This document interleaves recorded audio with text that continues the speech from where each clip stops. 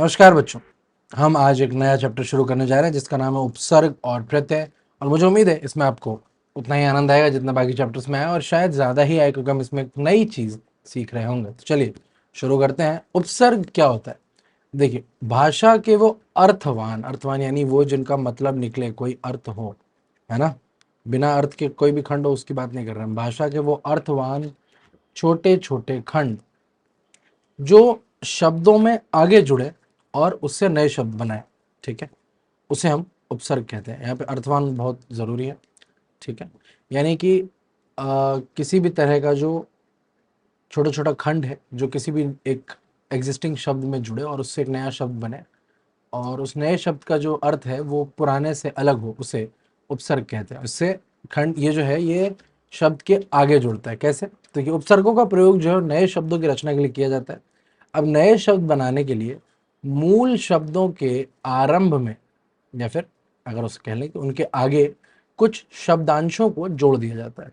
इससे जो है मूल शब्द के अर्थ में बदलाव आ जाता है। इसी शब्दांश को, उस अंश अंश को उपसर्ग कहते हैं, ठीक है। इसके कुछ उदाहरण देखिए। जैसे मान लीजिए एक शब्द है योग, या हार, या कार, या कूल, ठीक है। अब इसमें अगर मैं प्र जोड़ दूं तो नया शब्द हो जाएगा प्रयोग। हार में अगर मैं आ जोड़ दूं तो हो जाएगा आहार। कार में अगर मैं अधि जोड़ दूं तो हो जाएगा अधिकार, और कूल में अगर मैं अनु जोड़ दूं तो हो जाएगा अनुकूल। अब यहाँ पर प्र, आ, अधि और अनु ये सब जो हैं उपसर्ग हैं, ठीक है। और अगर आप देखें तो इनका मतलब जो है बिल्कुल बदल गया। योग और प्रयोग में जमीन आसमान का फर्क है। हार और आहार भी अलग अलग चीजें हैं।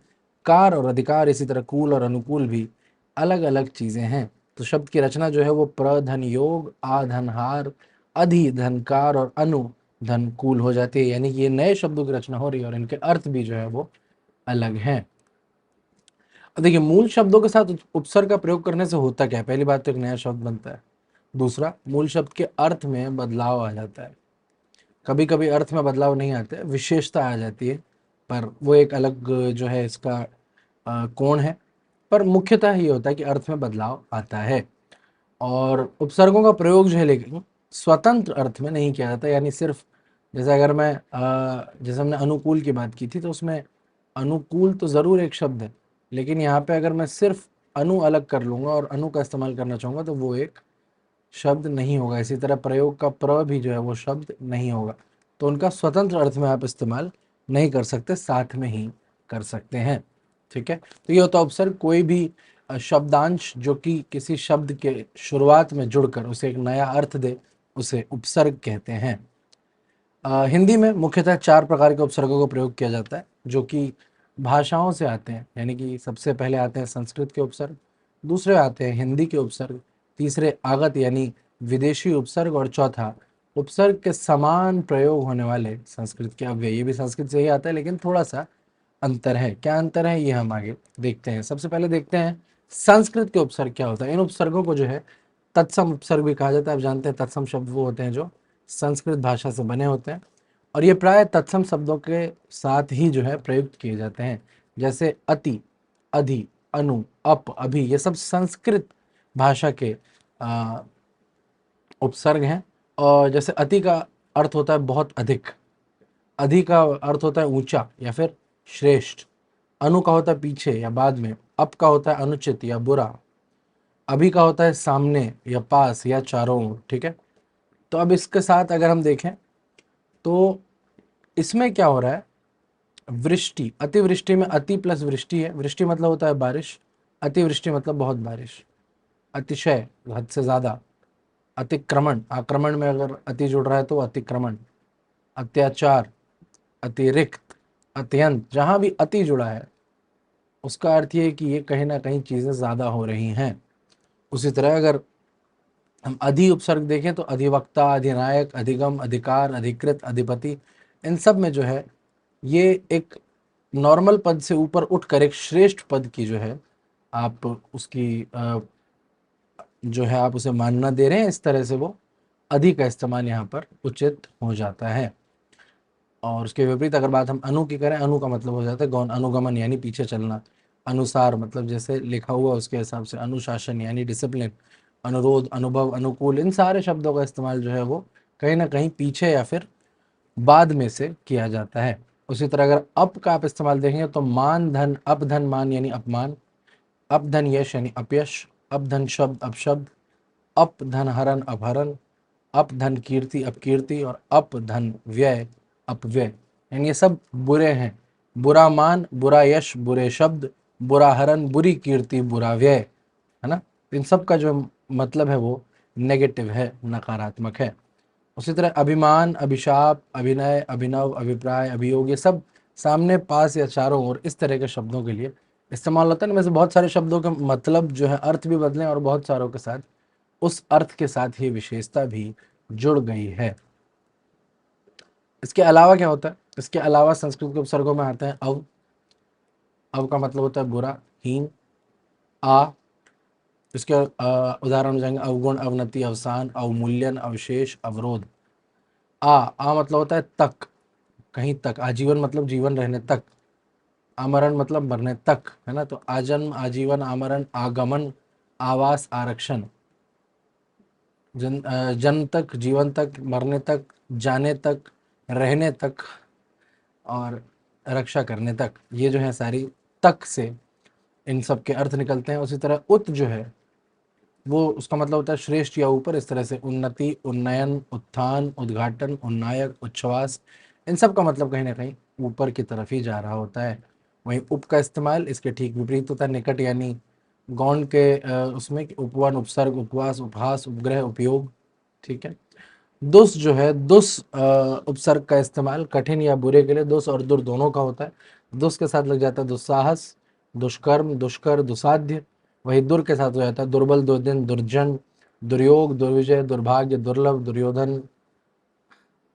है ना, इस तरह से। दूसरी तरफ निश धातु जो है उसका इस्तेमाल, निश उपसर्ग का इस्तेमाल होता है निर के लिए या रहित के लिए, कि नहीं है कोई चीज तो मैं निर उसके आगे उपसर्ग लगा दूंगा। जैसे निष्काम, निश्छल, निष्पाप, निर्मम, निरपराध, निराहार, है ना। काम के बिना निष्काम, छल के बिना निश्छल, पाप के बिना निष्पाप, ममता के बिना निर्मम, अपराध के बिना निरपराध, आहार के बिना निराहार। उस तरह नी का जो है इस्तेमाल वो समूह या आदेश के लिए होता है, समीपता के लिए भी होता है, नियम, निबंध, निकेतन, निषेध, है ना। परा का अर्थ जो है वो विपरीत या फिर उल्टे होता है, यानी पराजय, पराधीन, पराश्रयी, पराक्रम, पराकाष्ठा, पराभव, इन सब का मतलब जो है इनके बाद वाले शब्द हैं जो उनसे विपरीत है। परि, परि का अर्थ होता है चारों ओर, तो उसमें आप देख सकते हैं परिधि, परिक्रम, पर्यावरण, परिवार, परिश्रम, परित्याग। प्र का अर्थ होता है आगे, सामने, उत्तम या सम्मान, जैसे प्रमाण, प्रचार, प्रहार, प्रहर, प्रसाद, प्रकांड, प्रवेश। प्रति उपसर्ग जो होता है उसका मतलब होता है हर एक, यानी प्रतिशत, 100 में से एक, प्रत्येक, हर एक, प्रतिकूल, प्रतिध्वनि, प्रत्याशा। वि उपसर्ग जब लगता है उसका मतलब होता है विशेष या विभिन्नता या फिर अभाव, तो वियोग, विराम, विमल, विकार, विहार, विज्ञान, विशिष्ट, विशुद्ध, ये सब वी उपसर्ग लगकर बनते हैं। सम, सम का अर्थ होता है संयोग या फिर अच्छा, तो संन्यास, संपर्क, संबंध, संचय, संयोग, संचार, संग्राम और सम्मुख। सु उपसर्ग जो उसका मतलब होता है सुंदर या अच्छा, अच्छी तरह, तो सुफल, सुकर्म, सुदिन, सुपुत्र, सुस्वागत, सुपात्र, सुशिक्षित, सुलभ, ये सब जो है अच्छे के अर्थ के इस्तेमाल, अच्छे के अर्थ में इस्तेमाल किए जाते हैं और इस तरह से ये तत्सम उपसर्ग कहलाते हैं। इसके बाद होता है हिंदी के उपसर्ग। हिंदी उपसर्गों को तद्भव उपसर्ग भी कहा जाता है, जो कि तद्भव शब्दों से बनते हैं। इनका प्रयोग जो है हिंदी शब्दों के साथ ही किया जाता है। जैसे अगर मैं उपसर्ग की बात करूँ उसका मतलब होता है अभाव या किसी चीज से रहित, तो अथाह जिसकी कोई था ना हो, अछूत जिसे छुआ ना जाए, अजान जिसे जानता ना हो, असार जिसका कोई सार ना हो, अनाथ जिसका कोई नाथ ना हो। अन का मतलब होता है निषेध यानी नेगेटिव, अनजान जो नहीं जानता हो, अनपढ़ जो ना पढ़ता हो, अनभल जो ना भलता हो, अनचाहा जिसे ना चाहिए हो, अनमना जो जिसका मन ना हो, अनहोनी जो ना होनी चाहिए, अनगढ़ यानी जिसे बनाया नहीं जा सकता। अध का अर्थ होता है आधा और इसी तरह से इसका इस्तेमाल भी होता है, अध पका आधा पका हुआ, अध जला आधा जला हुआ, अध मरा आधा मरा हुआ, अध खिला आधा खिला हुआ। अध कपाड़ी आधा कपाड़ यानी आधे दिमाग वाला, अध कचरा यानी आधा कचरा। औ उपसर्ग का जहाँ इस्तेमाल हो रहा है आप समझ जाइए वो हीन या बुरे के लिए हो रहा है, जैसे औघट, औजार, औगुण। उन उपसर्ग का इस्तेमाल जो हो रहा है वो एक कम के लिए होता है और ये खास करके नंबर्स में देखने को मिलती है, जैसे 29, 49, 59, 69, 79, 19, ठीक है, एक कम। और जिनके अगला जो शब्द है यूजुअली उसी से एक कम होता है, जैसे 19 मतलब एक कम 20, 29 मतलब एक कम 30, 39 मतलब एक कम 40, ठीक है, 49 मतलब एक कम 50, इस तरह से। क या फिर कु उपसर्ग अगर लगता है तो उसका अर्थ होता है बुरा, यानी कपूत, कुल्टा, कुकर्म, कुफल। चौ उपसर्ग अगर लगता है तो उसका अर्थ होता है चार, चौराहा, चौमासा, चौपाटी, चौतरफा, चौमुखी। दो उपसर्ग अगर कहीं लगे तो उसका मतलब होता है या तो रहित या फिर दो, दुबला, दुगुना, दुविधा, दुकूल। नी का अर्थ भी रहित से लिया जाता है, निकम्मा, निडर, निहत्था, निदान। बिन का अर्थ बिना से लिया जाता है, बिन बात, बिन खाए, बिन ब्याह, बिन कहे, बिन चाहे, बिन बुलाए। ये तमाम उपसर्ग जो हैं हिंदी के यानी तद्भव उपसर्ग हैं। तीसरे होते हैं आगत या फिर विदेशी उपसर्ग। ये विदेशी उपसर्ग जो है विदेशी भाषा के शब्दों के साथ होता है। उर्दू, अरबी, फारसी और अंग्रेजी के उपसर्ग जो है मुख्यतः इस कोटि में आते हैं। अब तो फ्रांसीसी और जर्मन के भी आने लगे हैं, पर मुख्यतः इन चार भाषाओं से आते हैं। जैसे अल जो है ये अरबी से आता है, ठीक है, इसका मतलब होता है निश्चित या फिर इसलिए, तो अलगस्त, अलगरज, अलसुबह, अलगस्त, ठीक है। एन ये फारसी से आया है और इसका मतलब होता है ठीक, एन वक्त पर मैं पहुंच गया, ठीक मौके पे मैं पहुंच गया, एन वक्त, एन मौके, ठीक है। कम, कम जो है उर्दू से आता है, इसका मतलब होता है थोड़ा, यानी कमतर, कम उम्र, कम अक्ल, कमजोर, कमसिन, है ना। खुश उपसर्ग जो है ये भी उर्दू से आता है, इसका अर्थ होता है प्रसन्न, यानी खुश मिजाज, खुशकिस्मत, खुशबू, खुश दिल, खुशखबरी। गैर, गैर भी उर्दू से आता है, इसका मतलब होता है पराया, यानी गैर हाजिर, गैर जरूरी, पराया के साथ नहीं भी होता है, यानी गैर हाजिर, गैर जरूरी, गैर वाजिब, गैर कानूनी, गैर मतलब। दर, दर का मतलब होता है में, तो दरअसल मतलब असल में, दरमियान मतलब मियान में, दर हकीकत मतलब हकीकत में, ठीक है, ये भी उर्दू से आता है। ना का मतलब होता है बिना या फिर नहीं, यानी नादान, जिसमें दान ना हो, दान जो है वो दाना से बना है उर्दू के, जो कि मतलब होता है समझदार। नासमझ, नालायक, नाकारा, ये सब जो है ना उपसर्ग के साथ बने। उसी तरह नीम का मतलब होता है आधा, ये भी फारसी का शब्द है। नीम मतलब होता है आधा, है ना। कोई मेरे दिल से पूछे तेरे तीरे नीम कश को, गालिब का शेर है। ये खलिश कहाँ से होती जो जिगर के पार होता। तो नीम मतलब होता है आधा, नीम कश मतलब आधा धसा हुआ। उसी तरह नीम हकीम मतलब आधा हकीम, नीम होश मतलब आधी होश में, नीम पावाल मतलब आधा पावाल, नीम मधोशी मतलब आधी मधोशी। इस तरह से नीम का इस्तेमाल किया जाता है।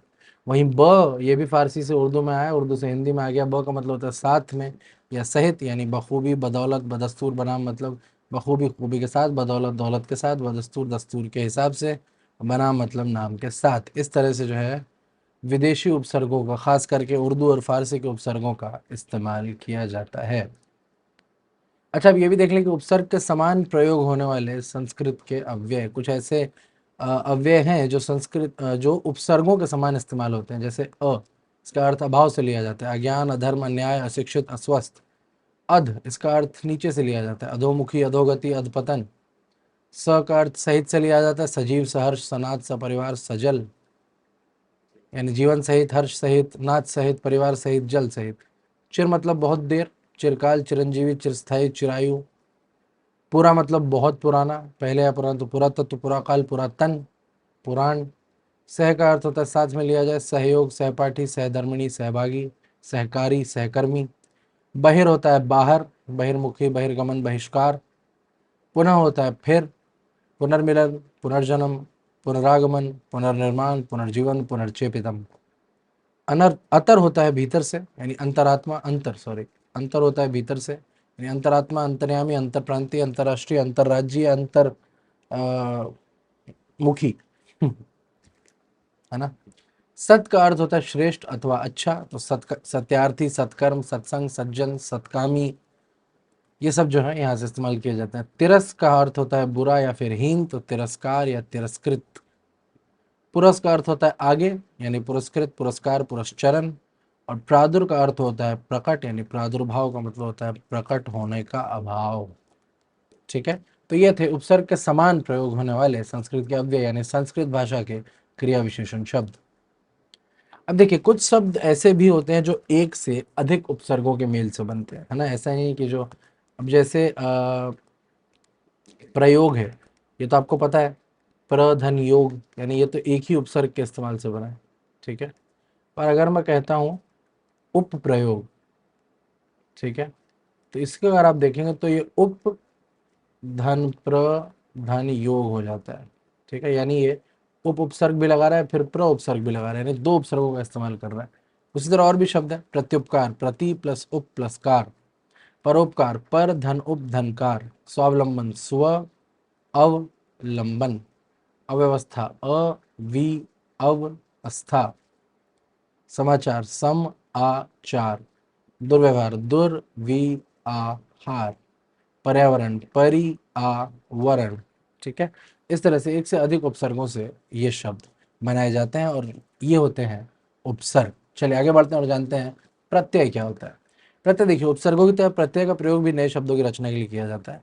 अब नए शब्दों की इसकी रचना करने के क्रम में जो शब्दांश है उनको आगे के बजाय पीछे जोड़ दिया जाता है। यानी ये जो अगर शब्द है उसके पीछे अगर जुड़े तो वो प्रत्यय कहलाता है, आगे अगर जुड़े तो वो उपसर्ग कहला ही रहा था, पर अगर वो पीछे जुड़ जाए वही शब्द तो वो प्रत्यय कहलाता है। और उसका नियम जो है वही रहता है, ये भी किसी शब्द को नया बना देता है या उसके अर्थ में बदलाव या विशेषता आ जाती है। जैसे पूजा में अगर मैं री जोड़ देता हूँ तो वो पुजारी बन जाएगा, सोना में अगर मैं र जोड़ देता हूँ तो वो सुनार बन जाएगा, मानव में अगर मैं त, पुष्प में अगर इत, और इसी तरह कलम में दान जोड़ दूं तो ये सब नए शब्द बन जाते हैं, पुजारी, सुनार, मानवता, पुष्पित, कलमदान।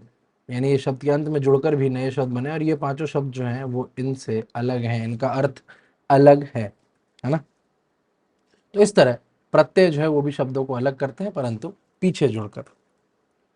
अब प्रत्यय के भेद जो है वो दो होते हैं, कृत प्रत्यय और तद्धित प्रत्यय। कृत प्रत्यय क्या होता है? जो प्रत्यय क्रिया के मूल रूप अर्थात उनकी धातु के अंत में लगकर सर्वनाम या संज्ञा शब्दों की रचना करते हैं उन्हें कृत प्रत्यय कहते हैं। कृत का दूसरा नाम कृदंत प्रत्यय भी है क्योंकि ये क्रिया की धातु के मूल रूप के अंत में जुड़ते हैं।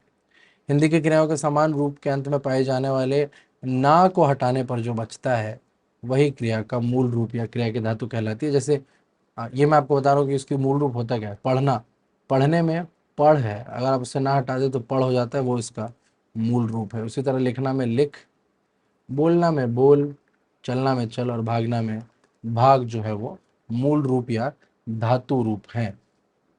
अब कृत प्रत्यय के उदाहरण देख लीजिए आप। पढ़ धातु आ गई, उसके साथ आकू प्रत्यय लग गया तो वो पढ़ाकू बन गया।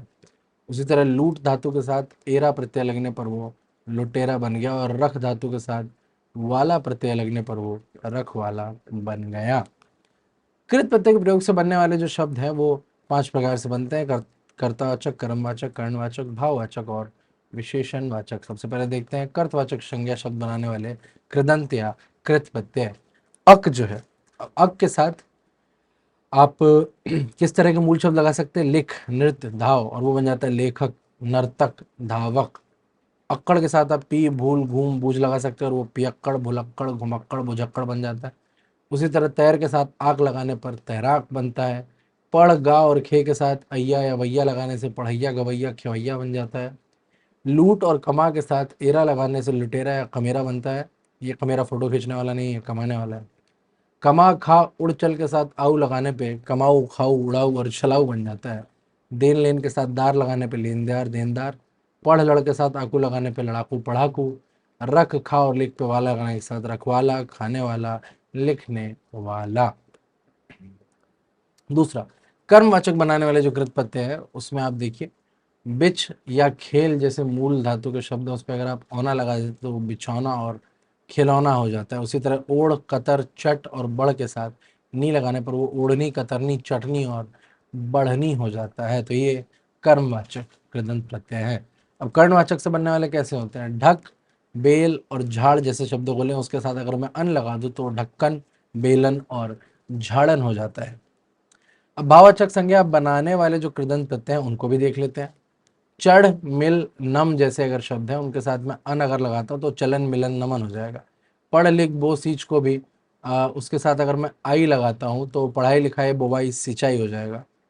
पी, निकल और छप के साथ अगर मैं आस लगाऊं तो प्यास, निकास और छपास बन जाता है। उठ, कट, उड़, चल के साथ आन लगाने पर उठान, कटान, उड़ान और चलान बन जाता है। कट, बह, खिंच, बच के साथ आव लगाने पे कटाव, बहाव, खिंचाव और बचाव बनता है। उसी तरह थक, गिर, मिल और सजा के साथ आवट प्रत्यय लगने पर थकावट, गिरावट, मिलावट और सजावट जैसे शब्दों का निर्माण होता है। हंस बोल झड़क के साथ ई लगने पर वो हंसी बोली या झिड़की बन जाता है। उसी तरह भूल पहन छल दिखा के साथ आवा लग जाने से वो भुलावा पहनावा छलावा और दिखावा जैसे शब्दों का निर्माण करता है। और विशेषण बनाने वाले जो कृदंत प्रत्यय हैं उनके भी देख लेते हैं। बिका टिक कम और चल जैसे शब्दों के साथ आऊ लग के बन जाता है बिकाऊ टिकाऊ कमाऊ और चलाऊ। दया कृपा और झगड़ा जैसे शब्दों के साथ आलू प्रत्यय लगकर बनता है दयालु कृपालु झगड़ालू। मर सड़ और अड़ के साथ यल प्रत्यय लगकर बनता है मरियल सड़ियल अड़ियल। दाढ़ी के साथ लग के दड़ियल भी होता है, बिल्कुल सही बात। और निंद पूज स्मरण और वंदन के साथ अनीय लगने पर निंदनीय पूजनीय स्मरणीय और वंदनीय बन जाता है। दूसरा फॉर्मेट जो है, दूसरा भेद जो है प्रत्यय का, वो है तद्धित प्रत्यय। तो जो प्रत्यय संज्ञा सर्वनाम और विशेषण शब्दों के अंत में जुड़कर नए शब्दों की रचना कर दें उन्हें तद्धित प्रत्यय कहते हैं। जैसे चाय धन वाला इज इक्वल टू चाय वाला।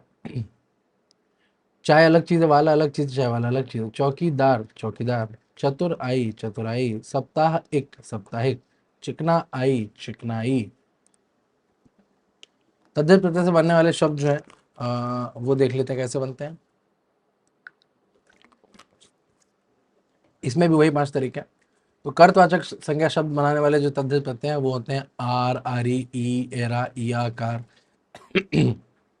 इसके उदाहरण देख लें। सोना के साथ, और ये सोना या लोहा के साथ आर लगकर वो सोनार लोहार हो जाता है। पूजा भीख जुआ शिकार के साथ आरी लग जाने से वो पुजारी भिखारी जुआरी शिकारी बन जाता है। तेल और माला के साथ ई लगने से तेली और माली बन जाता है। सांप और लूट के साथ एरा लगने से सपेरा और लुटेरा।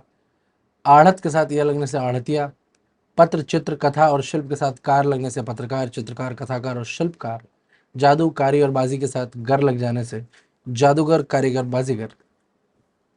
चौकी पहरा और कर्ज के साथ दार लगने से चौकीदार पहरेदार कर्जदार। गोल तोप निशान और खजाना पे ची लग जाने से गोलची तोपची निशानची और खजानची जैसे शब्दों का निर्माण होता है। उसी तरह गाड़ी कोच दया और पील पर वान आ जाने से गाड़ीवान कोचवान दयावान और पीलवान हो जाता है। वहीं लकड़ी और सर्व के साथ हार लग जाए तो लकड़हारा और सर्वहारा बन जाता है। रद्दी फल और अखबार जैसे शब्दों के साथ वाला अगर लगे तो रद्दी वाला फल वाला अखबार वाला हो जाता है। चाय अगर लगे तो चाय वाला हो जाता है। दूसरा देखिए, भाववाचक संज्ञा शब्द बनाने वाले जो तद्धित प्रत्यय है वो कैसे है। अब चतुर महंगा गरम अच्छा बुरा, इनके साथ अगर आई लगे तो वो चतुराई महंगाई गरमाई अच्छाई बुराई हो जाती है। हर्जा के साथ आई लगे तो हर्जाई भी हो जाता है। बूढ़ा पूजा मोटा, इनके साथ आपा लगे तो बुढ़ापा मोटापा पुजापा हो जाता है। भूला के साथ आवा आ जाए तो भुलावा। लाल काला हरी के साथ इमा लग जाए तो लालिमा कालिमा हरितिमा हो जाता है। हरितिमा ध्यान रखिएगा, हरिमा नहीं। सरद गरम नरम के साथ ये लगे तो सर्दी गर्मी नरमी हो जाती है। गरम चिकना कड़वा के साथ आहट प्रत्यय लग जाए तो गर्माहट चिकनाहट कड़वाहट हो जाती है। खट्टा मीठा के साथ आस लगे तो खटास मिठास। मित्र मानव पशु प्रभु, इन सब के साथ ता लगे तो मित्रता मानवता पशुता प्रभुता। अपना देव महाकवि के साथ त्व लगे तो अपनत्व देवत्व महत्व और कवित्व हो जाता है। पराया अपना बच्चा और लड़का के साथ पन लगकर परायापन अपनापन बचपन और लड़कपन जैसे शब्दों का निर्माण होता है। तीसरा भेद है इसमें विशेषण बनाने वाले तद्धित प्रत्यय, यानी जो शब्द विशेषण बनाए, अलग शब्द के बजाय विशेषण बनाए। जैसे प्यास के साथ प्यास भूख और उभार के साथ आ शब्द लगकर प्यासा भूखा और उभरा बन जाता है। धन भार शहर और जंगल के साथ ई प्रत्यय लगकर धनी भारी शहरी और जंगली जैसे शब्द बनते हैं। रंग शर्म चमक बर्फ के साथ इला लग जाए तो रंगीला शर्मीला चमकीला बर्फीला बनता है। ग्राम रंग नमक के साथ ईन लग जाए तो ग्रामीण रंगीन और नमकीन जैसे शब्द बनते हैं। वही अनुकरण चिंतन राष्ट्र पर्वत प्रांत में ईय लग जाए तो अनुकरणीय चिंतनीय राष्ट्रीय पर्वतीय प्रांतीय जैसे शब्दों का निर्माण होता है। और अंततः बाजार पेट ऊब डूब के साथ ऊ लगे तो वो बाजारू पेटू उबाऊ और डुबाऊ जैसे नए नए शब्दों का निर्माण करता है। लघुता सूचक बनाने वाले जो तद्धित प्रत्यय वो ऐसे हैं। मटका पहाड़ और घंटा के साथ ये लगा दे तो मटकी पहाड़ी और घंटी हो जाती है, यानी ये इनसे बड़े हैं और ये इनसे लघु हैं। ठीक है। उसी तरह बेटा खाट लोटा चूहा के साथ या लगा दे तो बिटिया खटिया लुटिया चूहिया हो जाती है। और कोठा और छाता में री लग जाए तो वो कोठरी या छतरी हो जाती है। देख, क्रम सूचक बनाने वाले जिससे आपको पता चले कि कितने नंबर पे है। 5 7 8 9 10 के साथ अगर वहाँ लगता है तो पाँचवा आठवां सातवां नौवां 10वां बन जाता है। वहीं 2 और 3 के साथ सरा लगता है तो दूसरा तीसरा बन जाता है। ठीक है। स्त्रीलिंग बनाने वाले प्रत्यय भी आपको मिलेंगे, तद्धित प्रत्ययों में स्त्रीलिंग बनाने वाले भी मिलेंगे। इससे बेसिकली आप देखें तो हमेशा शब्द का जो है फॉर्म चेंज हो रहा है। जैसे सुत, शिष्य, आचार, इन सब के साथ अगर आ लग जाए तो स्त्रीलिंग हो जाती है। सुता, शिष्य, आचार्य, छात्रा, छात्र भी यहाँ पे आप ले लें, छात्र के साथ भी आ लग जाए तो वो छात्रा हो जाता है। सेठ, जेठ, मेहतर और देवर जैसे शब्दों के साथ अगर आनी प्रत्यय लग जाए तो वो सेठानी, जेठानी, मेहतरानी और देवरानी हो जाता है। उसी तरह ठाकुर, बाग, सुनार और लोहार के साथ अगर इन लग जाए तो ठकुराइन, बाघिन, सुनारिन, लोहारिन हो जाती है। नाग के साथ भी इन लगे तो वो नागिन हो जाती है, यानी स्त्रीलिंग शब्द बन जाता है। मामा, चाचा, दादा, लड़का जैसे रिश्तों के साथ अगर ई लगाए तो आप मामी, चाची, दादी, लड़की हो जाती है। इस तरह से ये भी बदल जाता है, बेटा की बेटी हो जाता है। और ऊंट, मोर, चोर और मास्टर के साथ नी प्रत्यय लगाकर आप ऊंटनी, मोरनी, चोरनी और मास्टरनी जैसे नए शब्दों का निर्माण कर सकते हैं। कुछ प्रत्यय ऐसे भी हैं जो बहुवचन बनाते हैं उसी शब्द का, जैसे पुस्तक, जड़, सड़क और गाय के साथ ए प्रत्यय लगकर इनके बहुवचन बनते हैं, जैसे पुस्तकें, जड़ें, सड़कें और गायें। वही कोठरी, नारी, स्त्री, नदी, घोड़ी के साथ इयां, यानी पुल्लिंग शब्दों के साथ ए और स्त्रीलिंग शब्दों के साथ इयां लग के कोठरियां, नारियां, स्त्रियां, नदियां, घड़ियां बन जाता है। अब देखें उर्दू के कुछ प्रत्यय, जैसे हमने डिस्कस किया था पिछले उसमें कि अब जैसे विदेशी भाषाओं से अगर उपसर्ग आए थे तो प्रत्यय भी तो आए होंगे। उनके कुछ उदाहरण देख लें आप। अंदाज प्रत्यय अगर गोल और तीर के साथ आए तो गोलेदाज और तीरंदाज बन जाता है।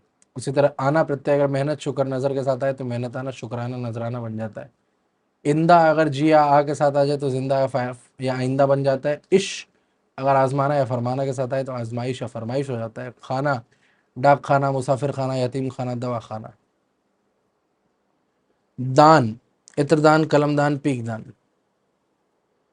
मंद, जरूरतमंद, दौलतमंद, अक्लमंद।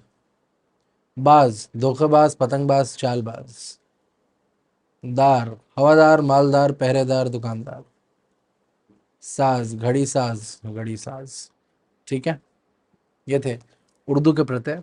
अब देखिए दो दो प्रत्यय से भी, मतलब कुछ शब्द दो दो प्रत्यय से भी बन सकते हैं। जैसे अगर मानवता को मैं देखूं तो ये तो है मानव धनता, पर वहीं दूसरी तरफ अगर मैं ये शब्द लूं मानवीयता, तो ये मानवी प्लस यता है? जी नहीं, ये अब भी वही है, मानव प्लस ई प्लस ता। ठीक है, तो वो देख लेता है। अभी देखिए जैसे मानवीयता जो है मानव प्लस ई प्लस ता, सामाजिकता समाज प्लस एक प्लस ता, ऐतिहासिकता इतिहास प्लस एक प्लस ता, कलाकारी कला प्लस कार प्लस ई, सहनशीलता सहन प्लस शील प्लस ता। ठीक है, कुछ शब्द ऐसे भी मिलेंगे जिनमें उपसर्ग प्रत्यय दोनों का मेल होता हो, जैसे अनुरागी। हम जानते हैं अनुराग जो है उसमें अनु उपसर्ग है और राग मूल शब्द, पर अनुरागी का अगर मैं इस्तेमाल करता हूँ तो यहाँ पर एक ई जुड़ जाता है और वो हो जाता है अनुरागी।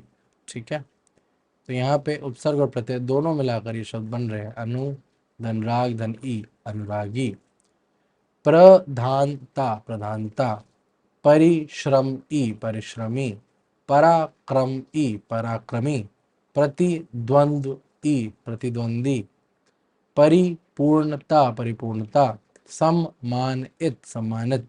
अनुकरणीय, अनुकरणीय। असु, और सु इसके उपसर्ग हैं, रक्षा धन इति, असुरक्षित। ठीक है, इस तरह से उपसर्ग और प्रत्यय जोड़कर भी बहुत सारे शब्द बनते हैं। तो इस चैप्टर में हमने क्या देखा, उपसर्ग क्या होते हैं? भाषा के वो अर्थवान छोटे छोटे खंड जो शब्दों में आगे जोड़कर नए शब्द बनाकर उनके अर्थ में बदलाव लाए, उन्हें उपसर्ग कहते हैं। उपसर्ग जो है चार प्रकार से हिंदी में इस्तेमाल होते हैं। संस्कृत के उपसर्ग, हिंदी के उपसर्ग, आगत यानी विदेशी उपसर्ग, और उपसर्ग के समान प्रयोग होने वाले संस्कृत के अव्यय। ठीक है, और उसी तरह एक से अधिक उपसर्गों से भी कभी कभी कुछ शब्द बनते हैं, जैसा कि हमने पढ़ा। प्रत्यय में, प्रत्यय वही उपसर्गों की तरह वे शब्दांश जो किसी शब्द में जुड़कर उन्हें अर्थ में विशेषता ला दें या फिर पूरी तरह बदल दें, वो प्रत्यय कहलाते हैं। परंतु इसमें एक जो है अंतर है, वो ये कि उपसर्ग आगे जुड़ते हैं और प्रत्यय पीछे जुड़ते हैं। ठीक है, प्रत्यय दो प्रकार के होते हैं, कृत प्रत्यय और तद्धित प्रत्यय। कृत प्रत्यय वो होते हैं जो उसके मूल रूप यानी धातु के अंत में लगकर नए सर्वनाम शब्दों की रचना करते हैं, उन्हें कृत प्रत्यय कहते हैं। इसके जो उदाहरण है वो हम देख चुके हैं। वहीं दूसरी तरफ तद्धित प्रत्यय वो होते हैं जो इनके अंत में जुड़कर नए शब्दों की ही रचना कर दें। ठीक है, कई बार ऐसा भी होगा कि जैसे दो दो उपसर्ग से अगर शब्द बने थे तो दो दो प्रत्यय से भी बनेंगे, और उपसर्ग प्रत्यय दोनों के मेल से बने हुए शब्द भी अक्सर आपको एग्जाम में देखने को मिल जाते हैं। तो बच्चों ये था उपसर्ग और प्रत्यय बहुत ही इंटरेस्टिंग, थोड़ा सा लेंदी होगा ज़रूर, पर बहुत ही इंटरेस्टिंग चैप्टर उपसर्ग प्रत्यय हिंदी ग्रामर का बहुत ज़रूरी हिस्सा। मुझे उम्मीद है आपको पसंद आया होगा। व्याकरण की ये जो कहानी ये चलती रहेगी। मैं आपसे मिलूंगा अगली क्लास में। इस चैप्टर के असाइनमेंट्स करना ना भूलें और मैं आपसे अगली क्लास में मिलता हूँ। धन्यवाद।